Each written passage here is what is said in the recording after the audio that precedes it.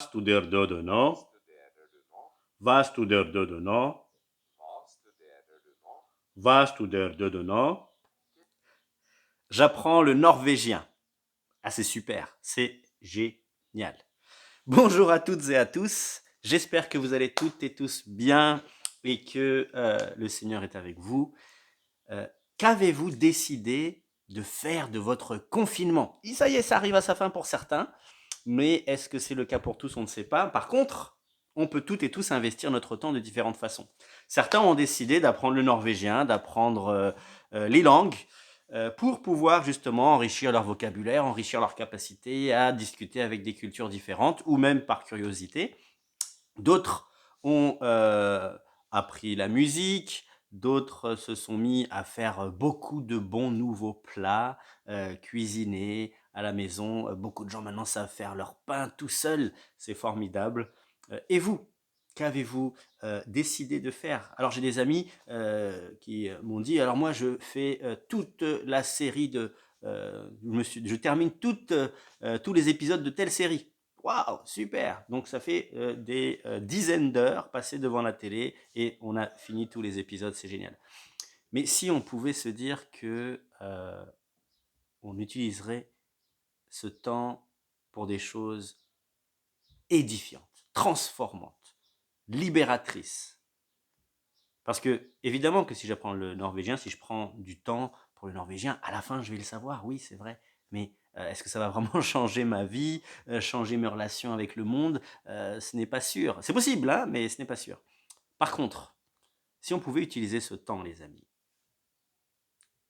de confinement, et même au-delà du confinement, parce que ces choses-là, on peut les pratiquer après, mais si on pouvait utiliser le temps que nous avons pour être transformés à l'image de Jésus-Christ, pour grandir en passion pour la personne de Jésus, pour nous émerveiller de qui il est, pour grandir dans notre foi et notre confiance en Dieu, pour grandir dans notre amour pour l'autre, notre souci du prochain, pour être plus en paix et en joie, quelles que soient les circonstances, être enraciné dans les épreuves, être renouvelé dans notre vision de Dieu et de notre avenir, être en paix, être serein, parce que nous avons une confiance absolue en Dieu. Là, je pense que ça pourrait transformer non seulement notre vie, mais en plus les gens autour de nous. C'est ce que je vous propose, les amis, de faire encore dans ces quelques jours, peut-être quelques semaines, peut-être quelques mois, qui sait, où notre planning est changé. Nos plannings sont changés. Et j'aimerais vraiment que nous puissions prendre le temps, et je pense que c'est vraiment le mot, prendre le temps de découvrir Christ. Et Christ nous a donné deux moyens merveilleux pour le découvrir. Alors il y en a beaucoup, mais je vais en mentionner deux particulièrement parce que ils sont accessibles à la porte à tout le monde. Le premier, c'est sa parole. Sa parole est vraiment un moyen merveilleux pour le découvrir. La parole de Dieu, la Bible, où Dieu a choisi de se révéler pour se découvrir, pour que vous et moi, nous puissions rentrer en contact avec lui, pour que nous puissions comprendre qui il est, quel est son cœur. Parfois, des gens disent, on ne sait pas vraiment ce que Dieu veut, on ne sait pas vraiment qui il est. Eh bien, il a pris le temps. Là, ici, il y a 822 pages.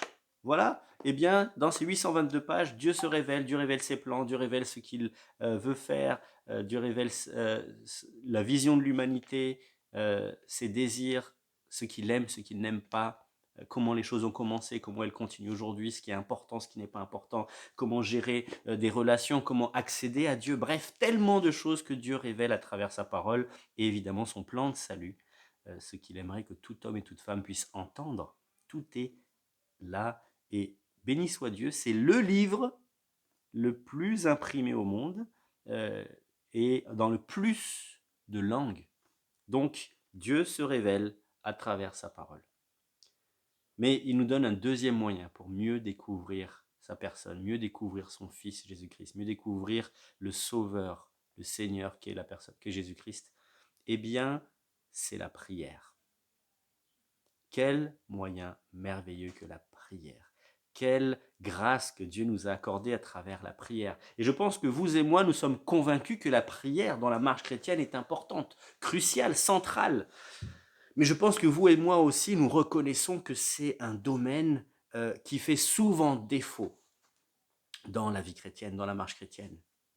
Je pense que nous sommes toutes et tous convaincus que c'est quelque chose de grandiose. Et la parole de Dieu elle-même va nous le dire. Regardez Jésus lui-même, le nombre de versets où il est dit que Jésus pria. Il pria lorsqu'il se fit baptiser.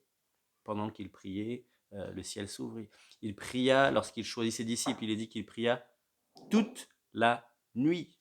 Il pria lorsqu'il fut éprouvé, juste avant de monter sur la croix, dans le jardin de Gethsémane. Il pria. Tellement de fois, il est dit que Jésus pria. Paul, la grande majorité de ses épîtres sont composées de prières merveilleuses qu'il fait à Dieu pour les hommes.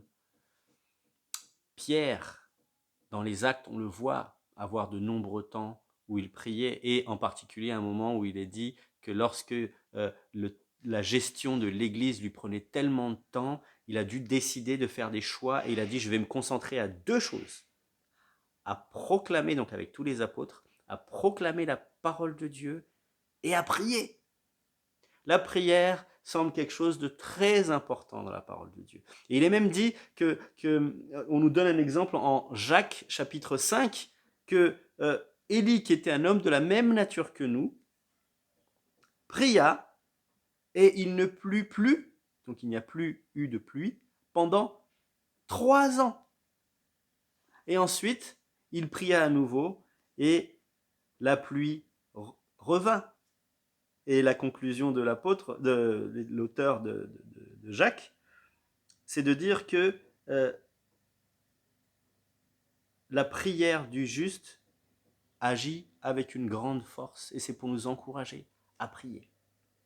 Donc je pense que nous sommes toutes et tous convaincus qu'il y a quelque chose de beau et de puissant dans la prière, mais je pense que toutes et tous, nous avons à faire comme les disciples, venir à Jésus et dire: Seigneur, apprends-nous à prier. Et c'est ce que je vous propose de vivre ensemble, que nous puissions découvrir sur ces prochaines semaines, jours et semaines, la puissance et la beauté de la prière, dans ses différentes facettes. Et nous allons essayer de toujours partir de la parole de Dieu pour nous enrichir de ce que la parole de Dieu dit sur la prière.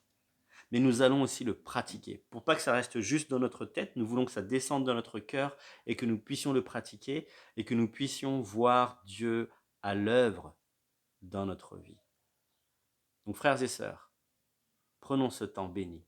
Découvrons la beauté, la grandeur, la magnificence de ce don que Dieu nous fait de la prière. Et découvrons Jésus-Christ à travers cela.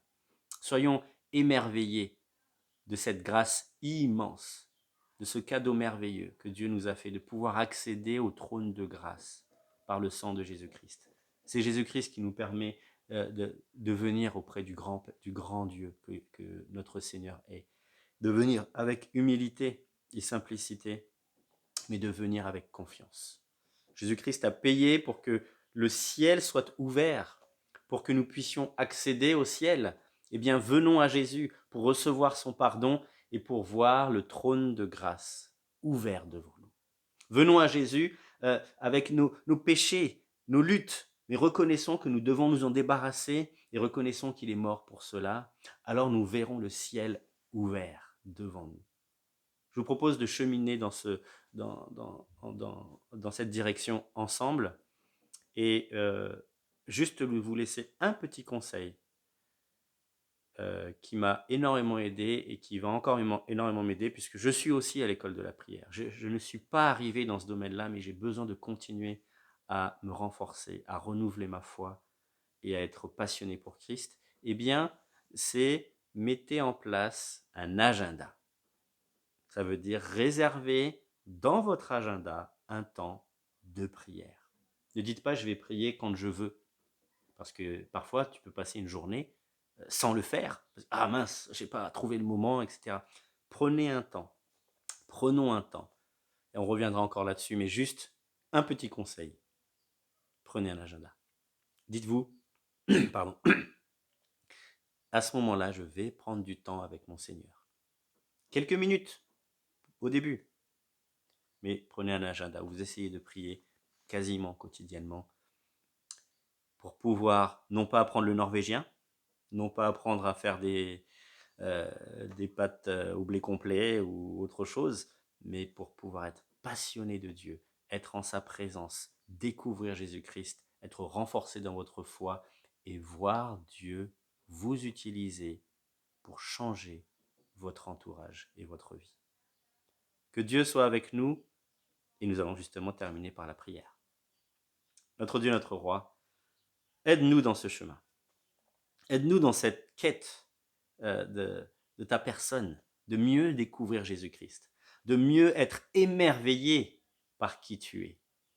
Et aide-nous de ce fait à mieux grandir dans la connaissance de la prière, de comprendre ce que ta parole nous dit sur la prière et surtout de le pratiquer. Donne-nous de prendre ce temps béni en ta présence pour être transformé à ton image et pour prier avec efficacité. Nous comptons sur toi, Jésus-Christ, pour nous aider dans cette quête. Et je te prie pour chaque frère, chaque sœur qui est en train de regarder cette vidéo, que tu les touches et leur fasses du bien dans leur marche avec toi et dans leur vie de prière. En ton nom, Seigneur. Amen. Soyez bénis, les amis. Que Dieu vous garde.